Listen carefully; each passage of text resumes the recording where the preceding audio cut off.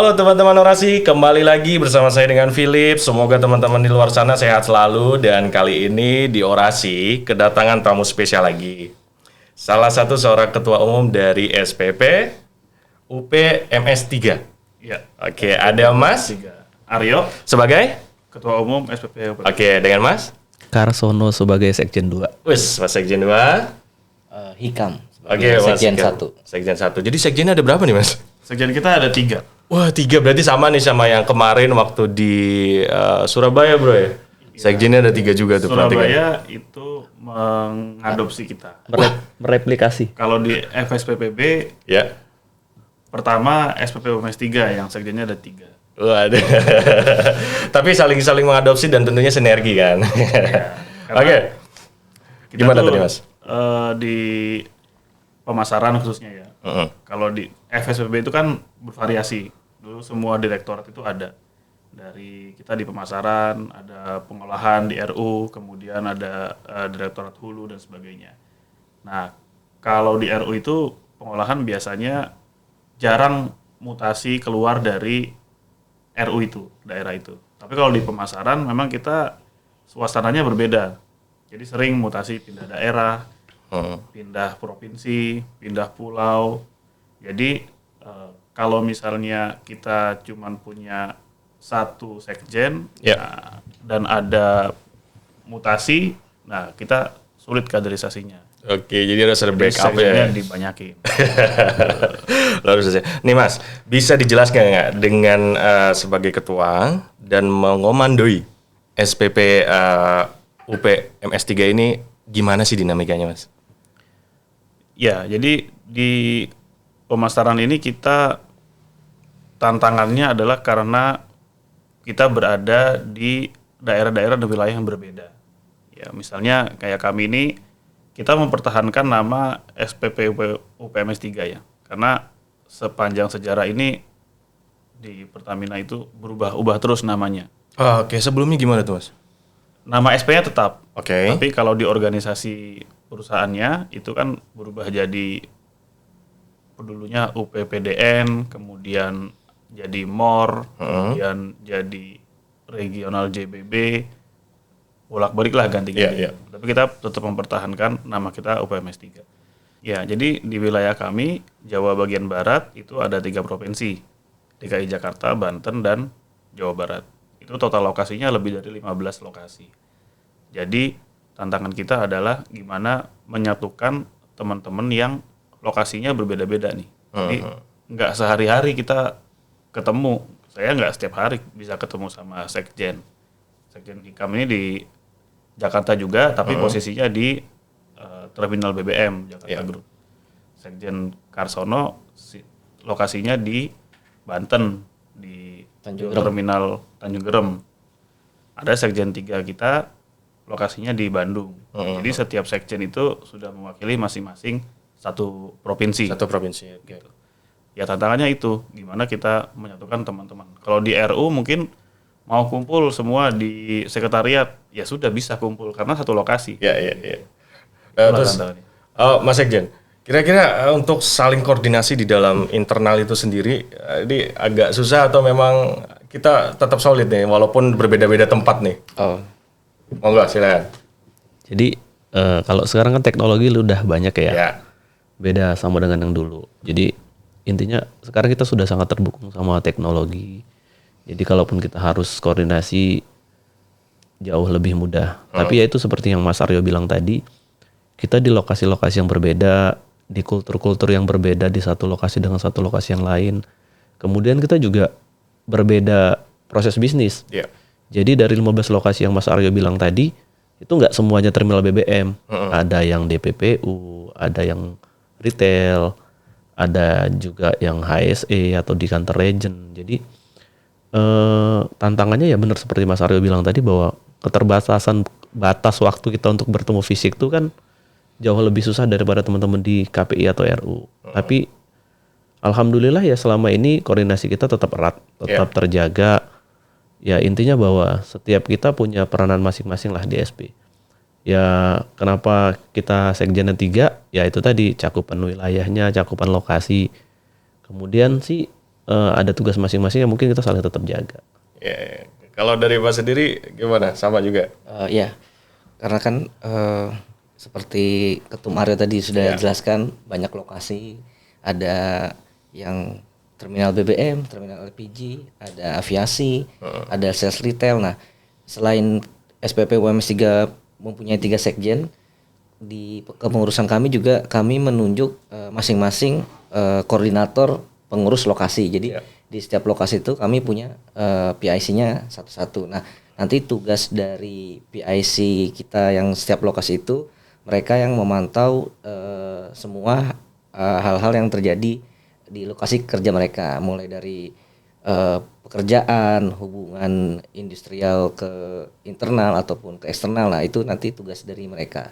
Nanti mereka yang membuat laporan setiap bulannya ke ketum atau ke sekjen-sekjen. Oh gitu, oke. Mas Ketum, rata-rata untuk pengurus itu dari wilayah mana yang terbanyak? Kemudian untuk saat ini pengurusnya ada berapa?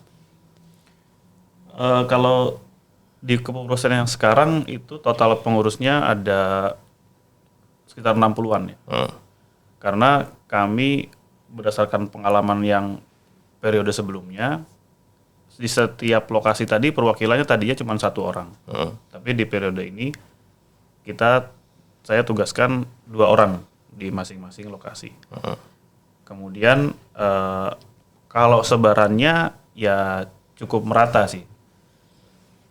Sempat kemarin tuh karena ada mutasi itu, jadi tiba-tiba banyak yang ngumpul di satu lokasi gitu. Tapi itu biasanya nggak lama juga, karena habis itu yang lain ada yang mutasi lagi gitu. Jadi sebagian besar rata-rata hampir sama lah di lokasi-lokasi itu, semua ada keterwakilannya gitu. Nah, kemudian untuk gerakan atau aktivitas yang sering dilakukan oleh SPP UPMS 3 ini apa sih Mas? Baik itu yang dalam internal kontribusi terhadap federasi ataupun perusahaan atau bahkan kegiatan yang untuk kemasyarakatan. Iya. Kami di SPP UPMS 3 itu yang pertama prioritasnya adalah meningkatkan kompetensi dari pengurus kita sendiri. Jadi dulu waktu awal kepengurusan saya 2019 itu kita bikin ada kegiatan rutin ngumpul setiap seminggu sekali gitu ya. Meskipun tidak semua lokasi bisa ikut, tapi siapa yang lagi datang ke kantor agent itu kita kumpul gitu ya.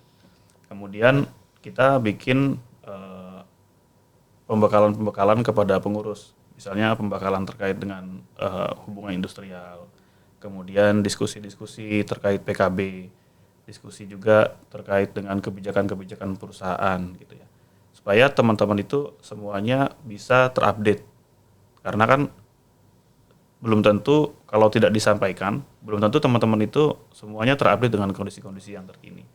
Nah, ya kita manfaatkan semua media yang ada gitu ya. Kalau sekarang ya kita pakai media meeting-meeting online, tapi ya paling utama komunikasi kita melalui WA Group itu masih. Kemudian kami juga suka agendakan keliling ke lokasi-lokasi. Atau kalaupun misalnya bukan agenda khusus SP, tapi karena ada tugas dari perusahaan untuk kita berkunjung ke lokasi, ya sekaligus sempatkan untuk ngobrol sama teman-teman di lokasi itu. Ya biasanya ngobrol-ngobrol santai aja kan, sambil makan, sambil di depot atau di luar lokasi gitu. Nah itu yang selalu utamanya kita maintain gitu ya. Karena paling utama ini namanya serikat pekerja, itu yang paling utama itu anggotanya. Ya. Tanpa anggota ya nggak akan ada nih serikat pekerja. Apalagi salah satu tujuan utama kita berserikat kalau untuk di internal perusahaan untuk kepentingan pekerja adalah kita dalam rangka untuk bisa ber-PKB dengan perusahaan. Dan itu ada syaratnya kan. Ya. Untuk ber-PKB ada serikat pekerja yang anggotanya minimal 50% plus 1 dari seluruh pekerja. Nah, jadi kita harus maintain itu. Dan sinyalemennya adalah semakin lama itu concern atau perhatian awareness terhadap serikat pekerja itu semakin berkurang secara natural gitu ya. Karena kalau dibilang dulu waktu zaman awal-awal pembentukan serikat pekerja, awal-awal federasi, itu mereka punya semangat yang tinggi untuk meningkatkan kesejahteraan dan lain-lain. Tapi dengan sudah berjalannya PKB sudah bagus dan seterusnya, itu lama-lama ada yang ya sudah semua take it for granted aja kan. Iya. Ya karena semuanya sudah di PKB sudah clear gitu. Nah, jadinya kita bagaimana meyakinkan teman-teman. Pada saat awal kepengurusan saya di 2019, itu jumlah anggota kita ada sekitar 500-an. Dan itu sebenarnya banyak yang udah bukan di Mor 3 lagi karena pindah-pindah tapi tetap jadi anggota kita. Nah, tapi kita usaha untuk tingkatkan terus di 2021 akhir periode saya yang pertama itu anggota kita jadi sekitar 650-an. Kemudian kemarin pada saat verifikasi anggota untuk PKB yang terakhir ini, PKB ke-8, ini anggota kita yang tercatat itu sekitar 700 lebih lah, 700 lebih sedikit. Itu sudah yang diakui dalam PKB keterwakilannya melalui SPP UMS 3, udah 700 lebih. Artinya apa? Berarti kepercayaan dari pekerja-pekerja di Mor 3 atau di JBB khususnya terhadap SPP UMS 3 dan Serikat Pekerja Federasi pada umumnya itu ya mudah-mudahan semakin meningkat gitu. Iya luar biasa. Dari ke Mas Sekjen nih kayaknya yang tahu tentang ini nih Mas. Karakteristik anggota-anggota gimana sih Mas? Ya sebenarnya kalau secara personal to personal kita nggak bisa mendeskripsikan bahwa oh orang ini seperti ini seperti ini. Jadi paling tidak kita harus mengerti dulu lah SP ini berdiri untuk apa. Jadi mungkin bukannya takabur ya, mungkin kita bisa bilang bahwa SP-nya Pertamina itu mungkin terbaik se-Indonesia. Luar biasa. Emang harus kayak gitu Mas. Iya. Kalau nggak pede semakin minder malah kita makin susah untuk bisa melampaui semuanya kan. Karena setiap kita melaksanakan PKB, PKB itu perjanjian kerja bersama. Jadi apa hak kita sebagai pekerja, apa kewajiban kita sebagai pekerja, begitupun juga kepada perusahaan, ya itu tertuang semua di PKB. Nah, jadi setiap PKB kemudian ditandatangani dengan hasil yang juga dihadiri misalkan dari kementerian segala macam itu mereka selalu berpendapat bahwa oh ini bisa ditiru oleh perusahaan yang lain dan ini mungkin salah satu yang terbaik di Indonesia gitu. Jadi seperti apapun dinamika kerja itu akan tetap terjalin dan terjaga kalau ada rules. Nah, rulesnya kita itu PKB. Jadi tugas kami juga sebagai serikat pekerja di sini ya kalau kata Mas Philips tadi kan bagaimana sih memahami teman-teman di lapangan gitu. Jadi sebenarnya gampang-gampang susah jadi pengurus SP ini. Jadi kenapa saya bilang gampang-gampang susah? Di satu sisi kita bisa menghadirkan kebanggaan ke teman-teman bahwa selain kita punya tugas utama untuk menjalankan kegiatan perusahaan, kita juga punya tugas tambahan. Jadi tugas tambahan kita menjaga bahwa teman-teman di lokasi, teman-teman semua di tempat kerja kita itu tetap terpenuhi hak-haknya yang sudah terlindungi menurut Mas Aryo tadi di PKB. Tapi di satu sisi juga bahwa, dan bisa saya bilang lagi, mungkin satu-satunya SP di Indonesia yang berpikir bahwa SP di Pertamina itu, termasuk kami di SPP UMS 3 itu salah satu SP yang ikut memikirkan keberlangsungan bisnis perusahaan. Nggak semua SP berpikir seperti itu pasti kan gitu. Jadi kita sebagai pengurus SP memahami karakteristik teman-teman bahwa oh kita harus tetap menghadirkan semangat lah. Menghadirkan energi dalam bekerja, tetap menjaga amanah perusahaan yang berikan kepada kita, sambil tetap menjaga hak-hak kita terjaga gitu loh. Jadi seperti yang Mas Aryo bilang tadi soal memaintain keanggotaan segala macam. Nah, itu harus tetap kita hidupkan di teman-teman bahwa niatkan bahwa kita bekerja pun kita harus menjaga perusahaan kita. Jadi misalkan ya, mungkin Mas pernah lihat kita demo di istana seperti di DPR atau apalah sebelum pandemi.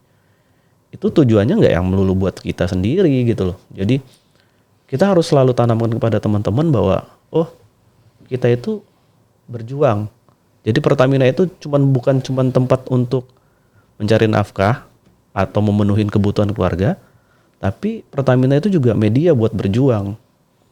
Berjuang untuk kita, berjuang untuk keluarga, berjuang untuk perusahaan dan juga berjuang untuk Indonesia tentunya. Iya. Karena bagaimanapun Indonesia itu kan Indonesia Pertamina itu kan kebanggaannya Indonesia Dan milik masyarakat. dan tentunya. milik masyarakat Indonesia. Jadi kalau misalkan Mas tadi bilang, kita tetap harus menjaga semangat teman-teman bahwa untuk tetap menjaga perusahaan kita, tetap menjaga hak kita sebagai pekerja. Mungkin itulah. Oke. Tadi Mas, selain apa yang dikatakan Mas Sekjen ini, susah nggak sih ngumpulin teman-teman jika SP ini ada satu kegiatan bersama, khususnya untuk internal kan ya? Itu susah nggak sih Mas ngomongin?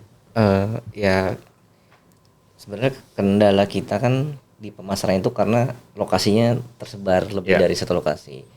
Nah, kenapa di pengurusan itu kita tunjuk masing-masing lokasi mempunyai PIC 2 orang ya tadi dari Ketum Aryo bilang.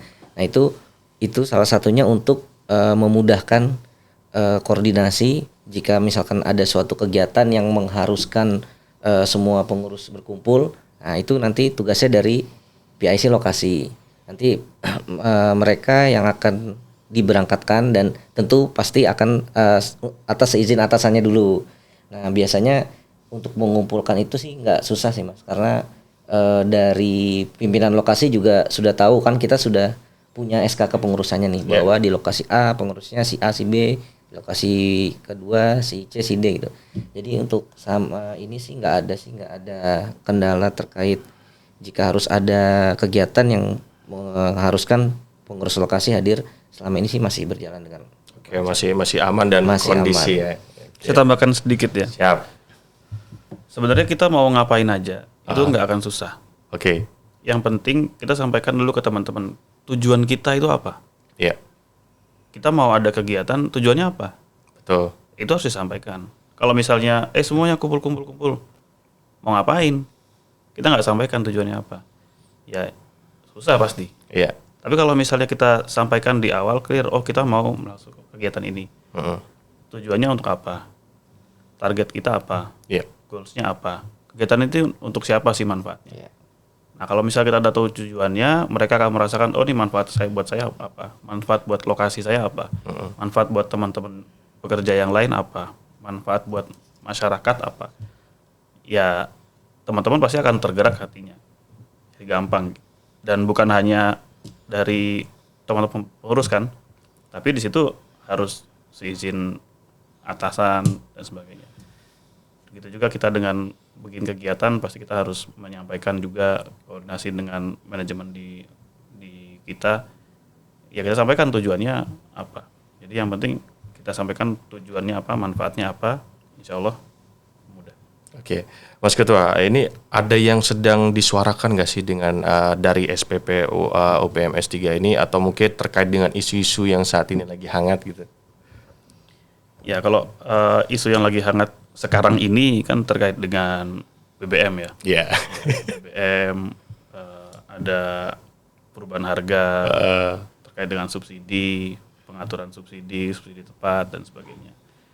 Ya, tentu saja ini juga jadi perhatian kami, apalagi sekarang ini kita posisinya yang di bagian pemasaran nih, kita memang yang berurusan di ujungnya di SPBU, itu memang tugas kita gitu ya.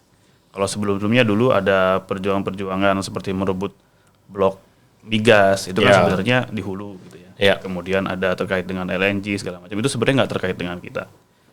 Tapi yang itu pun meskipun nggak terkait kita ikut perjuangkan. Betul. Ya, apalagi terkait dengan subsidi atau BBM, harga BBM, pasti kita perjuangkan juga. Ya, kita cuman bentuk perjuangan itu yang sekarang ini mungkin tidak terlihat secara langsung oleh semuanya gitu ya. Karena bicara tentang harga BBM itu sangat sensitif kan ya. Jadi kita harus melakukan langkah-langkah yang ya kita terutama mengedukasi masyarakat. Mengedukasi masyarakat ini ya, kalau terkait dengan isu ini ya paling tepat kepada teman-teman di mahasiswa gitu. Ya, jadi kita ngajak mereka diskusi, ngajak komunikasi. Kalau teman-teman mahasiswa mau melakukan aksi, demo segala macam, ya silakan aja. Itu adalah khitohnya mahasiswa. Iya. Tapi kita menyampaikan ini loh kondisi di Pertamina seperti ini. Ini kondisi terkait dengan harga BBM itu seperti apa. Ya, jadi detail-detailnya itu yang kita ajak diskusi mereka.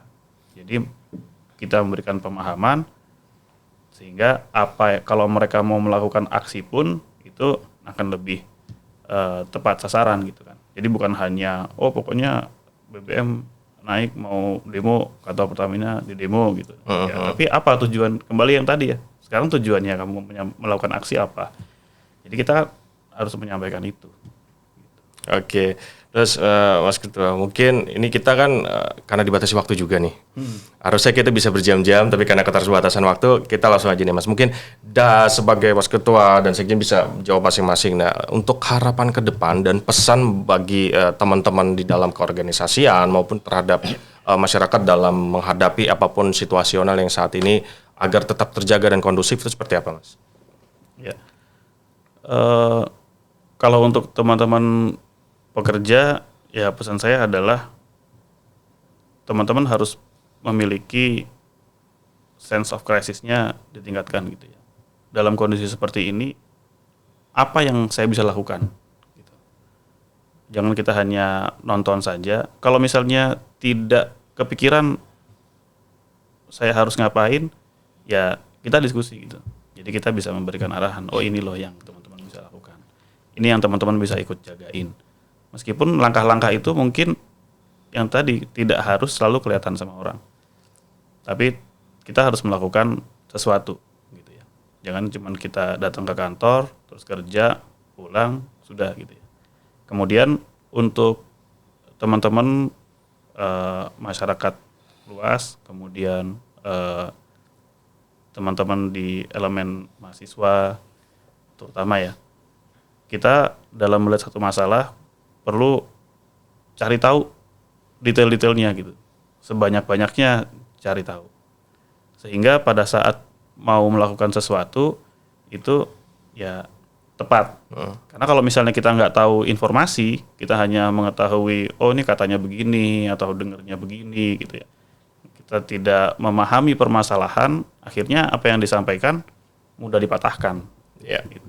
Sehingga cari tahu yang banyak diskusi dengan orang-orang yang memang lebih mengetahui kondisi, sehingga ya kasihlah usulan atau masukan yang lebih konkret yang bisa diterapkan. Oke, moga dari Mas Sekjen. Baik, mungkin menyambung dari yang Mas Aryo bilang ya. Jadi biasanya kami menekankan kepada teman-teman bahwa jangan hanya menjadi pekerja, tapi jadilah pejuang. Jadi jangan cuma datang ke kantor melaksanakan pekerjaan yang cuma jadi tugasnya, tapi minimal apalagi terkait subsidi, harga segala macam yang Mas Aryo bilang sensitif, minimal kita mengajak diskusi orang-orang terdekatnya kita dulu. Bisa jadi keluarga atau lingkungan terdekat lah. Kemudian menjadi contoh. Jangan kita teriak bahwa subsidi itu tepat, jangan mengambil hak orang yang memang bukan haknya kita, tapi kita masih ngisi BBM yang subsidi gitu loh. Jadi apa yang kita suarakan itu akan menjadi sia-sia tanpa kita menjadi contoh yang baik duluan gitu loh. Ya kemudian untuk halayak ramai secara umum, yang seperti Mas Aryo bilang tadi bahwa selama ini kami menjalin komunikasi kepada mahasiswa, memberi pencerahan. Mungkin sudut pandangnya mereka di luar dengan di kita yang di dalam kan berbeda, tapi insya Allah niatnya tetap baik gitu loh. Jadi paling tidak kita menyamakan persepsi dulu. Kenapa sih ini harus naik? Kenapa sih ini harus dibatasi gitu kan? Kalaupun memang harus demolah dengan data, demolah dengan cara yang baik, demolah untuk memberi masukan gitu loh. Jadi memberikan gagasan. Ya memang itu tugasnya mahasiswa gitu loh. Nah kemudian ya bahwa sebenarnya kami bukan minta memaklumi kepada masyarakat. Jadi kami ini pelaksana dari apa yang dititahkan oleh pemerintah. Betul. Jadi apa yang diformulasikan pemerintah bahwa subsidi itu akan dialihkan segala macam, itu sebenarnya di luar jangkauannya kita gitu loh.